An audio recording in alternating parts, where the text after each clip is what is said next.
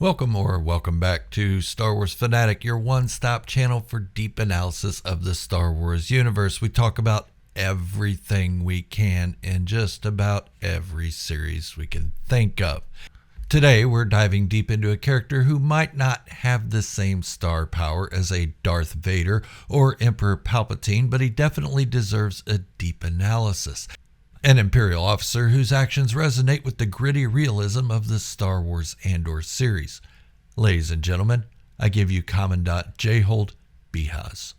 And if you're new to the channel or just haven't decided if you like it yet, let me go ahead and decide for you. You do like it. You like the channel. Go ahead and subscribe and turn on your notifications to stay up to date on all my Star Wars content. Now, let's get on with it. On the surface, Beehaz appears as just another cog in the Imperial machine, but as we peel back the layers of his character, we see that he's far more complex. He's a ruthless enforcer of Imperial control on Aldhani, responsible for the destruction of the local culture and the oppression of its people. Yet, he's also a family man who shows deep concern for his wife and son, eager to escape the desolate planet and start fresh somewhere else. This duality, an Imperial officer and a loving father, raises important questions about morality, loyalty, and what it means to serve a system as oppressive as the Empire. What Andor does so brilliantly is blur the line between good and evil, offering characters like Beehaz who operate in the shades of gray or evil. Guy's evil. He's not the typical mustache-twirling villain, but he's far from a hero. We'll explore both sides of Beehaz's persona today, and how he reminds us of the darker, more realistic side of power dynamics in Star Wars. We'll also touch on the mystery of what happened to his family after Aldhani's heist, leaving us to question just how far the rebellion is willing to go. So buckle up, and let's get into it. To understand Commandant Beehaz, we first need to look at his role within the Imperial structure. Beehaz is stationed on Aldhani, overseeing one of the Empire's many garrisons placed on occupied worlds.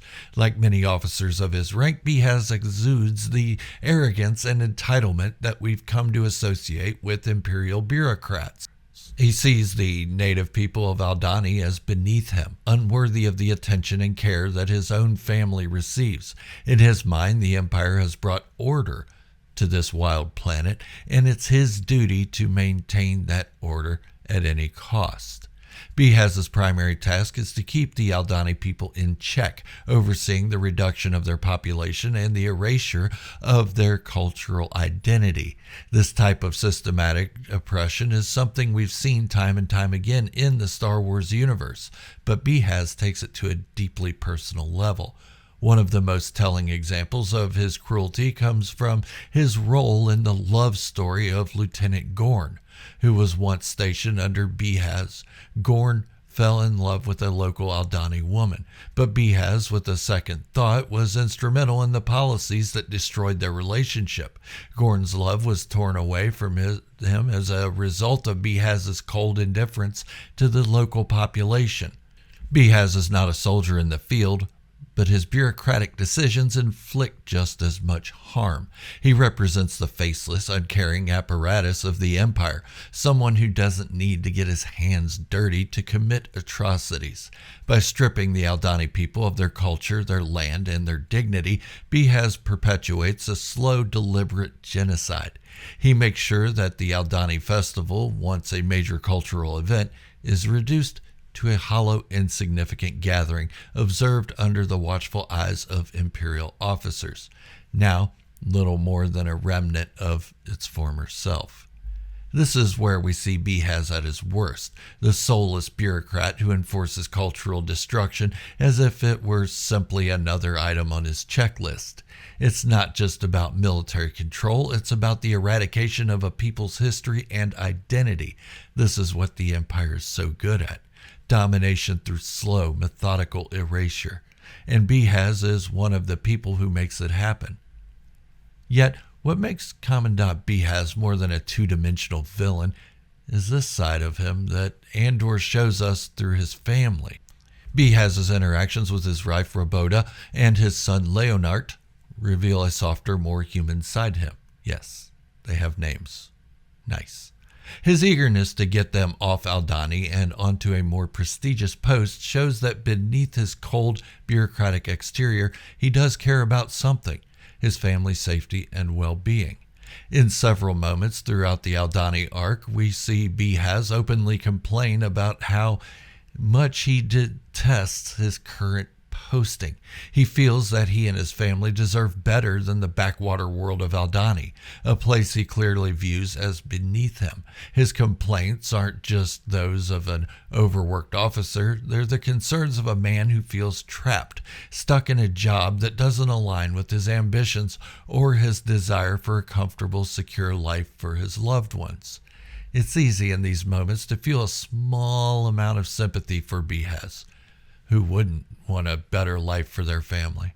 He seems genuinely frustrated by the conditions they're living in, especially when compared to the grandiosity and luxury of other Imperial postings. This concern for his family humanizes him, if only briefly, and shows us that even the most ruthless officers have people they do care about. But Andor never lets us forget that this small flicker of humanity doesn't erase the evil that Beehaz is complicit in. He, yes, cares about his family, but that doesn't make him any less responsible for the suffering he inflicts on the Aldhani people. This dichotomy between his love for his family and his brutal enforcement of the Empire's policies raises a chilling question. Can someone be both a loving father and an agent of evil? This characterization of Jayhold Beehaz is where the historical parallels come into play. Beehaz's duality is reminiscent of figures from real-world history, particularly officers of the Third Reich, who often maintain strong family ties while being responsible for horrific acts. Andor is reminding us that evil doesn't always look like a cackling villain or a faceless stormtrooper. Sometimes it looks like a man who kisses his son goodnight before ordering the destruction of a culture. The line between good and evil is far more complex than we'd like to believe. One of the most unsettling aspects of Commander Beehaz's story is the uncertainty surrounding what happened to his wife and son after the Aldhani heist. We know that Beehaz dies during the operation, but the fate of Roboda and Leonard is left ominously unclear. Were they taken prisoner by the rebel group led by Vel Sartha, or were they executed in the chaos by Cinta after the attack? Did the Empire even bother to rescue them, or were they simply left as collateral damage in a mission gone wrong? The show deliberately keeps this ambiguous, and it's a powerful choice. The absence of a clear answer forces us to confront the cold reality of rebellion. Just as Beehaz has no regard for the Aldhani people, the rebels may have had no regard for his family. After all, in a war for survival, morality can quickly become relative. This is one of the themes that Andor excels at exploring, that in war the line between good and evil becomes increasingly blurry. The rebellion, which we often see as the righteous force for good in the galaxy, is not without its darker moments. The fact that we don't know what happened to Beehaz's wife and son underscores the moral ambiguity at the heart of the series. What if the rebels executed them? What if they simply abandoned them in the chaos, knowing they had no chance of surviving? While we don't see the events unfold, the mere possibility that Beehaz's family met a grim end serves as a reminder that the rebellion is not always the moral high ground. Just as the Empire commits atrocities, the rebels are capable of making ruthless decisions in their fight for freedom, albeit on a less grand scale. This mirrors the concept of collateral damage in any war. The innocent often suffer alongside the guilty. It's the kind of gray area storytelling that Andor specializes in, making us question the righteousness of every side, even the one we root for. Another important aspect of Commandant Beehaz's character is the way the setting reflects who he is. Most of the time we see Beehaz in the sterile, cold environment of the Imperial base. The base is an unfeeling structure of metal and technology, devoid of any warmth or organic life. This is the world Beehaz thrives in, a world of control, precision, and order, where human emotions are secondary to the Empire's goals. The cold steel walls, the rigid military formations, the constant surveillance, all of these elements reinforce Beehaz's role as a cog in the Imperial machine. He doesn't have to get his hands dirty in the gritty reality of Aldhani because he operates in a world that separates him from the consequences of his actions. The sterile, artificial environment of the Imperial base allows him to remain emotionally detached from the oppression he oversees. The base is a physical manifestation of the Empire's philosophy, order through control, even at the cost of life and freedom. Contrast this with the one scene where we see Beehaz outside of the Imperial complex during the Aldhani festival known as the Eye. When he's forced to engage with the native culture he so disdains. Out in the rugged, untamed environment of Aldhani, Beehaz is completely out of his element. This one interaction with the people of Aldhani during the sacred celestial event, a moment they've held dear for generations, highlights just how much Beehaz had his imperial ideals are foreign to this world. In the wilderness, where nature and tradition still hold sway, Beehaz looks uncomfortable, out of place, as though he's itching to return to the safety of the Empire's cold, metallic grip. This brief foray into the Aldhani environment not only serves as a turning point in this story, leading up to the heist, but it also shows us that Beehaz is disconnected from the land and its people in every conceivable way. He represents the Empire's desire to control and homogenize, to force every planet into submission regardless of its unique culture and environment. It's telling that Beehaz feels most at home within the sterile confines of the Imperial base. It's as though the Empire shields him from the reality of the destruction he causes, insulating him from the organic world he's helping to destroy. In the safety of his office behind a desk, making decisions that affect thousands of lives, Beehaz doesn't have to face the consequences of his actions. But when he steps outside, even briefly, he's confronted with the reality of what he's doing, and it clearly makes him uncomfortable. This symbolic juxtaposition of Beehaz's surroundings, cold steel versus the untamed wilds of Aldhani, reflects the fundamental conflict in his character. He's a man who thrives on order and control, but he's overseeing a world that resists being tamed. This dynamic reinforces the theme of cultural erasure and the Empire's relentless expansion, and it shows how out of touch Imperial officers like Beehaz are with the worlds they rule as they watch them behind a glass, as if a television set. In the end, Beehaz's downfall comes not because of his position or his loyalty to the Empire, but because of his own arrogance. During the Aldhani heist, we see Beehaz trying to maintain control even as the situation unravels around him. His misplaced sense of superiority, believing that the rebels are nothing more than a minor nuisance, leads him to underestimate the threat they pose. This is a common theme among Imperial officers throughout Star Wars. They're so secure in their belief that the Empire is invincible that they never see their defeat coming. Beehaz's death during the heist is sudden and brutal, but it's also fitting. His demise is a direct result of his inability to see the world beyond his own imperial lens. He treats the Aldhani people as little more than an inconvenience, just as he dismisses the rebels as insignificant. But in the end, it's the same dismissal of those he considers beneath him that leads to his undoing. What's particularly interesting about Beehaz's death is how it strips away any sense of the authority he once wielded. In life, he was a commanding figure, someone who represented the might of the Empire, but in death, he's just another casualty of the rebellion, a man who believed himself to be untouchable, only to be brought down by those he underestimated. This moment also reflects the broader themes of Andor, which consistently shows us that no one is invincible, and that even the most powerful figures in the Empire can be taken down by the will of the people.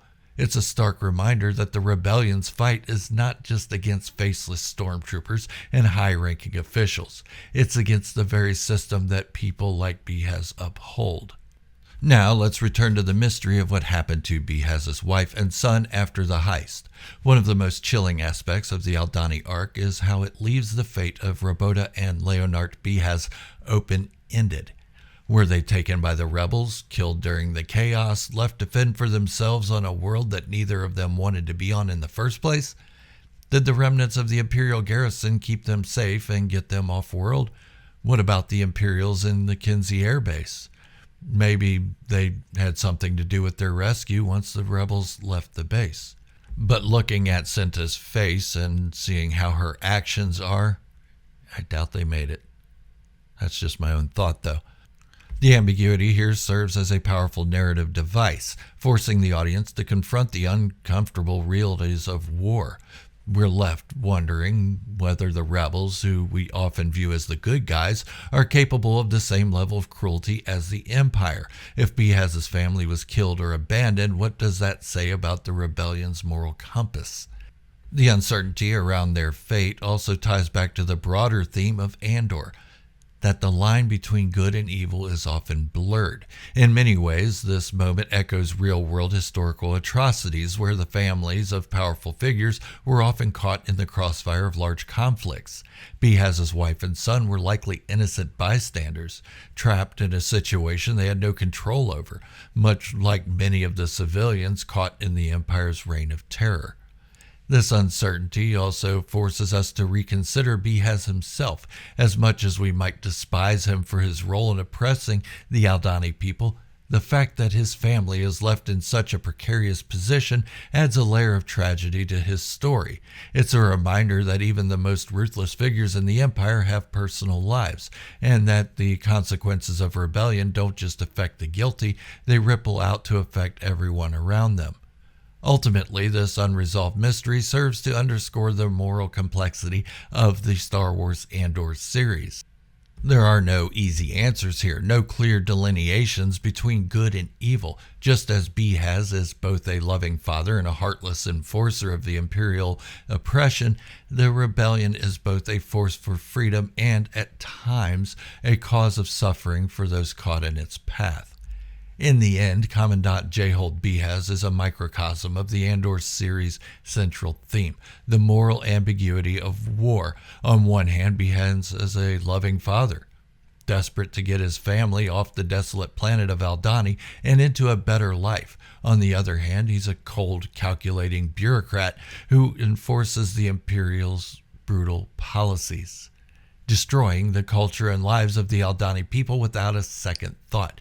His character forces us to grapple with the uncomfortable reality that even those who commit atrocities can be loving parents, and that love for one's family doesn't absolve someone of the evil they perpetuate.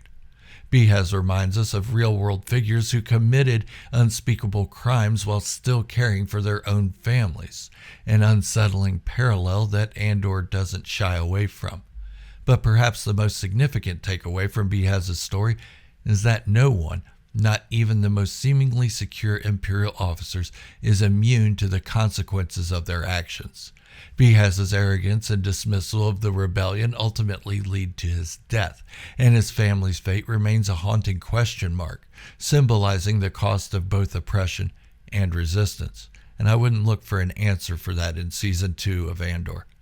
Andor excels at humanizing its characters without letting them off the hook for their crimes, and Beehaz is a prime example of this nuanced storytelling. He's not a good person, and his concern for his family doesn't change that, but his character reminds us that even in a galaxy as divided as the one in Star Wars, the line between good and evil is never as clear-cut as it seems. Alright. That's it for today. I think I've rambled on long enough. If you're new here or you haven't yet committed yet or decided you like the channel, go ahead and like the channel. Yeah, like the video too. Hit the subscribe button, turn on your notifications, leave a comment down below as to what you thought and who your favorite character in Andor is. And if you'd like me to do an expose or deep analysis on them, let me know, and I'll definitely work it in somehow. I love talking about Andor. This series has so much complexity to it that I could probably talk about it for a year and never stop. Anyways, that's it for today. Until the next time, this is Gerald, a Star Wars fanatic, signing off. Wishing you all great health, happiness, and peace. Thank you all for watching, and remember, may the Force be with you always.